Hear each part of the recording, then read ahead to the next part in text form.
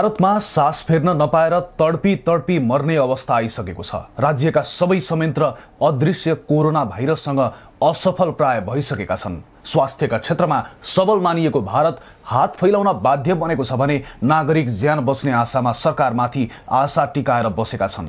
अस्पतालमा शय्याको अभाव, आवश्यक स्वास्थ्य कर्मीको अभाव, अरू सास फेर्नका लागि अक्सिजनको अभावले तडपेर नागरिक सडकमै ज्यान गुमाउन विवश बनेका छन्। यहाँसम्म कि दाह संस्कारका लागि टोकन सिस्टम लागू छ, घण्टौं लाइन बस्नु परिरहेको छ यति बेला भारतमा। यो तस्बिर हेर्नुहोस्। कोरोना संक्रमित श्रीमानलाई टेम्पोमा अस्पताल पुर्याइन् आगराकी रेणु सिंघलले। अस्पतालमा न बेड छ न अक्सिजन। सास फेर्न नपाएर तडपिएका छन् उनका श्रीमान। बचाउन श्रीमानलाई सास दिइन् तर बाँचेनन् उनका श्रीमान। पहिले जीवन बचाउन युद्ध लडिरहनु परेको छ। दुर्भाग्य मृत्यु भएपछि घाट पाउन झन् ठूलो युद्ध जित्नु परेको छ। कोरोनाको रफ्तार अनियन्त्रित भइसकेको छ। अवस्था यस्तो छ कि पछिल्लो हप्तामा मात्रै 22.5 लाख संक्रमित भेटिएका छन् भने 16,000 बढीको मृत्यु भएको छ। सोमबार मात्रै 3,52,000 बढी संक्रमित थपिए, जुन कोरोनाको दुनियाँको सबैभन्दा ठूलो तथ्याङ्क हो। यस्तै अर्को तस्बिर हेर्नुहोस्। कोरोनाका कारण बुबाको मृत्यु भएपछि आगरा जयपुर हाउसका मोहितले घाट लैजान सबवाहन मगाए, तर सबवाहन नपाएपछि कारको छतमा बाँधेर एक्लै घाट लगे। दैनिक संक्रमणको विश्व कीर्तिमानी तोड्दै लगातार 5 दिनदेखि 3 लाख बढी संक्रमित थपिरहेको भारतको वास्तविक कारुणिक दृश्य यस्तो छ।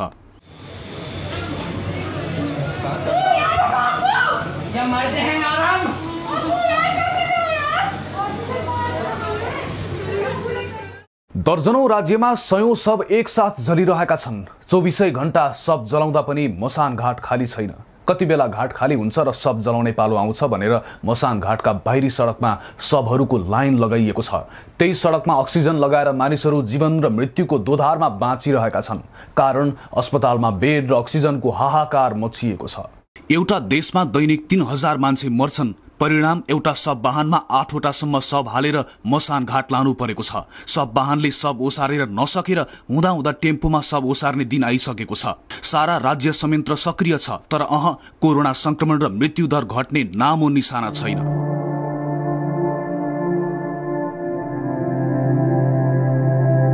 उत्तर प्रदेश प्रयागराजका प्रसिद्ध डाक्टर जेके मिश्राको मृत्यु भयो। रानी स्वरूप अस्पतालमा 50 वर्ष योगदान गरेका डाक्टरको अक्सिजन अभावमा डाक्टर पत्नीकै अगाडि मृत्यु भयो। भारतमा यस्तो विकराल अवस्था आइसकेको छ कि त्यहाँ संक्रमितसँगै मृतकको संख्या अनियन्त्रित भइसकेको छ। दिल्ली, उत्तर प्रदेश, महाराष्ट्र जस्ता सबै ठूला राज्यसँगै केन्द्र सरकारलाई नै हल्लाइदिएको छ कोरोना भाइरसले। आफूलाई शक्तिशाली बताउने भारत सरकार नाङ्गो आँखाले देख्न नसकिने भाइरससँग निरीह बनिसकेको छ। भारत विश्वमा सबैभन्दा बढी संक्रमित मुलुक मध्ये अमेरिकापछि दोस्रोमा पर्छ। कोरोनाको दोस्रो लहर शुरू भएसँगै दिल्ली, महाराष्ट्र, उत्तर प्रदेश, मध्य प्रदेश, गुजरात, छत्तीसगढ़, कर्नाटक लगायत राज्यमा उच्च संक्रमण देखिएको छ। भारतमा स्वास्थ्य अधिकारीहरूका अनुसार त्यहाँ युके भेरिएन्ट एवं भारतमै अक्टोबरमा भेटिएको अर्को भेरिएन्टका कारण अहिले तेज संक्रमण फैलिरहेको छ। प्रधानमन्त्री नरेन्द्र मोदीले यो संक्रमणलाई आधी सरह आएको भन्दै सावधानी अपनाउन अपील गरेका छन्। सँगै दोस्रो लहरको संक्रमण रोक्न विफल भएको बिरामीले उपचार र अक्सिजन समेत नपाएको भन्दै प्रधानमन्त्री मोदी सरकारको आलोचना भएको छ। अदालतले समेत प्रधानमन्त्रीलाई संक्रमण विरुद्धको अभियानमा अभाव देखिएको अक्सिजन व्यवस्थापन मिलाउन आदेश दिएको छ। महाराष्ट्रमा मात्रै पछिल्लो 24 घण्टामा 61,450 जनामा संक्रमण पुष्टि भएको छ भने 832 जनाको मृत्यु भएको छ। त्यस्तै राजधानी दिल्लीमा पछिल्लो 24 घण्टामा 21,071 जनामा संक्रमण पुष्टि हुनुका साथै 350 जनाको मृत्यु भएको छ। इन्डियन इन्स्टिच्युट अफ टेक्नोलोजी कानपुरले गरेको प्रक्षेपणमा जेठ पहिलो साता महामारीको दोस्रो लहर उच्च बिन्दुमा पुग्ने देखाएको छ। दिल्लीमा संक्रमण विस्फोटक ढंगले बढ्ने क्रमसँगै अक्सिजन र बेड नपाएर संक्रमितहरूको बिचल्ली भएको छ। कोरोना संक्रमणबाट गम्भीर अवस्थामा पुगेका बिरामीलाई सास लिन गाह्रो पर्छ। त्यसैले उनीहरूलाई सास फेर्न सहज बनाउन अक्सिजन अत्यावश्यक हुन्छ।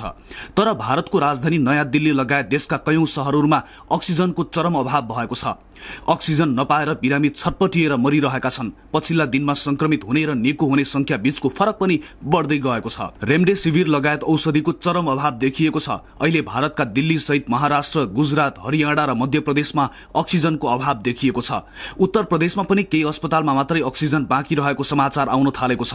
उत्तर प्रदेशको राजधानी लखनऊका अस्पतालले बिरामी लिन छाडेका छन्। राजधानी शहर दिल्लीमा पनि साना अस्पताल र नर्सिङ होमले बिरामी लिन छाडिसकेका छन्।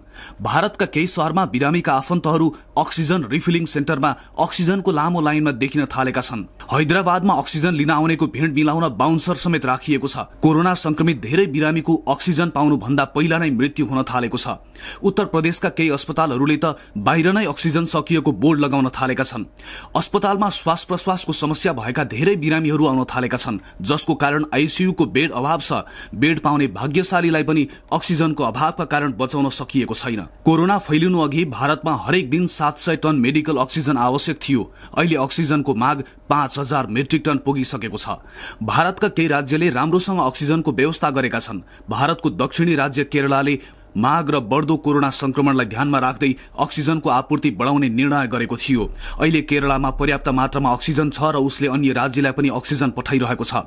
दिल्ली र अन्य केही राज्यमा अक्सिजन उत्पादन गर्ने प्लान्ट छैनन्, उनीहरू आयातमा निर्भर छन्। भारतको सर्वोच्च अदालतले प्रधानमन्त्री नरेन्द्र मोदीलाई सम्बोधन गर्दै अक्सिजनको अभावको समस्या समाधानको लागि आदेश दिइसकेको छ। भारत सरकारले अक्सिजन उत्पादनमा बढोत्तरी गर्न देशभरि 500 वटा कारखाना खोल्न अनुमति दिएको छ।